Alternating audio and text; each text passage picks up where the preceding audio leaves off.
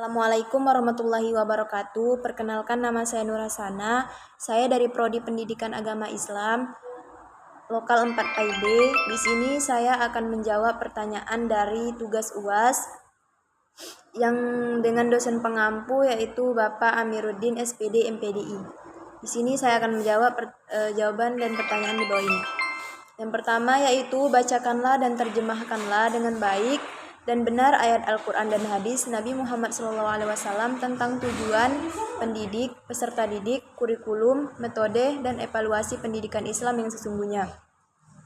Yang dimana ayat tentang tujuan pendidikan yaitu terdapat dalam Quran Surah Al-Baqarah ayat 151 yang berbunyi A'udzu billahi minasyaitonir rajim. Bismillahirrahmanirrahim. Kama arsalna fikum rasulan minkum yatlu 'alaikum ayatina wa yuzakkikum wa yu'allimukumul kitab wal hikmata wa yu'allimukum ma lam takunu ta'lamun. Sebagaimana kami telah menyempurnakan kepadamu nikmat, kami pun mengutus kepadamu seorang rasul Nabi Muhammad dari kalangan kamu yang membacakan kepadamu ayat-ayat kami, menyucikan kamu dan mengajarkan kepada kamu kitab Al-Quran dan hikmah sunnah serta mengajarkan apa yang belum kamu ketahui. Selanjutnya yaitu hadisnya, yaitu dari Ibnu Mas'ud radhiyallahu anhu, Rasulullah sallallahu alaihi wasallam bersabda, tuntutlah ilmu karena mencari ilmu itu adalah pendekatan kepada Allah, pendekatan diri kepada Allah, dan mengajarkannya kepada orang yang tidak pernah mengetahuinya adalah sedekah. Hadis riwayat Ibnu Majah. Terjemahnya yaitu hadis ini menekankan pentingnya menuntut ilmu sebagai bentuk ibadah dan mengajarkannya sebagai untuk sedekah. Yaitu ayat tentang pendidik yaitu terdapat dalam Quran Surah Al-Jumu'ah ayat 2 yang berbunyi A'udzu billahi minasyaitonir rajim. Bismillahirrahmanirrahim. Walladzi ba'atsa fil ummiyina rasulan minhum yatlu 'alaihim ayatihi wa yuzakkihim wa yu'allimuhumul kitaba wal hikmah wa in kanu min qablu lafi dhalalin mubin. Dialah yang mengutus seorang rasul Nabi Muhammad kepada kaum yang buta huruf dari kalangan mereka sendiri, yang membacakan mereka ayat-ayatnya, menyucikan jiwa mereka, serta mengajarkan mereka kitab Al-Quran dan hikmah sunnah, meskipun sebelumnya mereka benar-benar dalam kesesatan yang nyata. Hadisnya yaitu dari Anas bin Malik radhiyallahu anhu, Rasulullah sallallahu alaihi wasallam bersabda, sesungguhnya Allah dan malaikatnya serta penghuni langit dan bumi hingga di dalam lubangnya dan ikan berselawat kepada orang yang mengajarkan kebaikan kepada manusia. Hadis riwayat Tirmizi. Terjemahannya itu hadis ini menunjukkan tingginya penghargaan kepada pendidik yang mengajarkan kebaikan. Yang selanjutnya yaitu ayat tentang peserta didik, yaitu terdapat pada Quran Surah Taubah ayat 122 yang berbunyi A'udzu billahi minasyaitonir rajim. Bismillahirrahmanirrahim. Wa ma kanal mu'minuna liyanfiru kaffah walaula nafara min kulli firqatin minhum ta'ifatul liyatafaqahu fid din wa liyunziru qaumahum idza raja'u ilaihim la'allahum yahdharun. Tidak sepatutnya orang-orang mukmin pergi semuanya ke medan perang. Mengapa sebagian dari setiap golongan di antara mereka tidak pergi tinggal bersama Rasulullah untuk memperdalam pengetahuan agama mereka dan memberi peringatan kepada kaumnya apabila mereka telah kembali agar mereka dapat menjaga dirinya. Hadisnya yaitu dari Abdullah bin Abbas radhiyallahu anhu, Rasulullah sallallahu alaihi wasallam bersabda, barang siapa yang Allah kehendaki kebaikan padanya maka dia akan memahamkan dia di dalam agama mereka. Hadis riwayat Bukhari dan Muslim.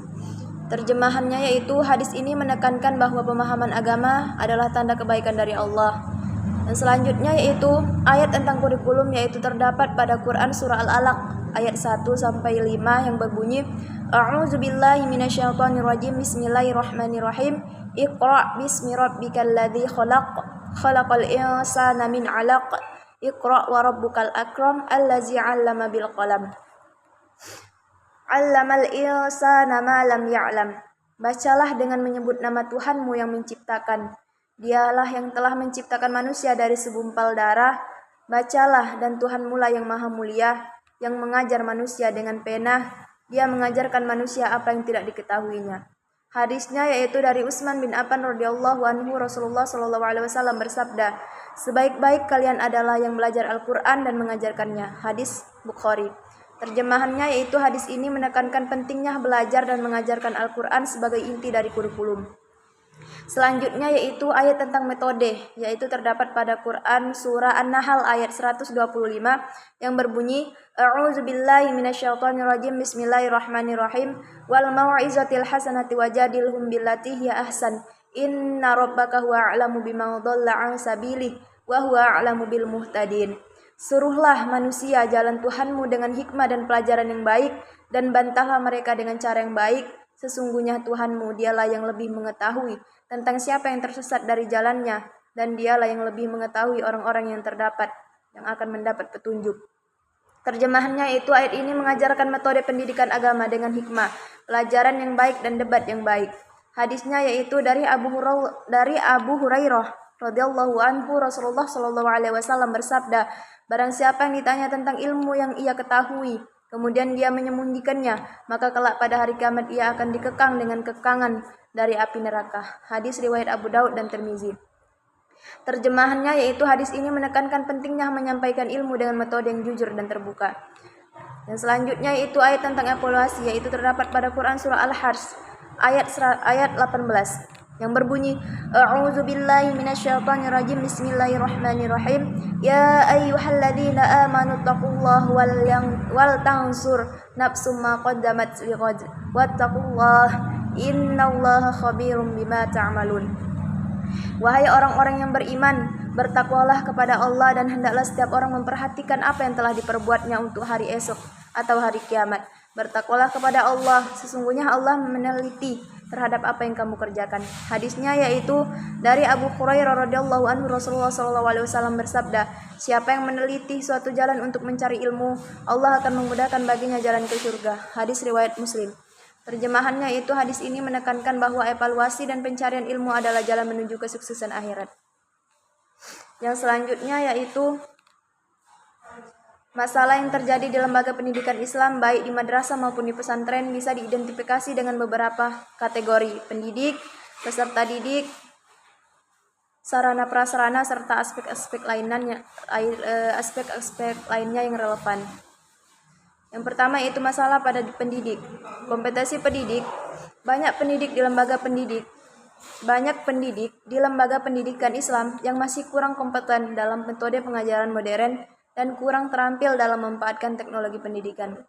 Ini seringkali disebabkan oleh minimnya pelatihan dan pengembangan profesional yang mereka terima. Yang kedua yaitu motivasi dan komitmen. Sebagian pendidik mungkin mengalami kurangnya motivasi dan komitmen, yang bisa dipicu oleh faktor-faktor seperti gaji yang rendah, kondisi kerja yang kurang mendukung, dan kurangnya penghargaan terhadap profesi mereka. Selanjutnya itu masalah pada peserta didik. Yang pertama, motivasi belajar. Banyak peserta didik yang kurang memiliki motivasi belajar yang kuat. Ini bisa disebabkan oleh berbagai aspek atau faktor seperti kurangnya dukungan dari keluarga, lingkungan sosial yang tidak mendukung, atau kurikulum yang kurang menarik. Selanjutnya yaitu kesulitan dalam beradaptasi. Peserta didik seringkali mengalami kesulitan dalam beradaptasi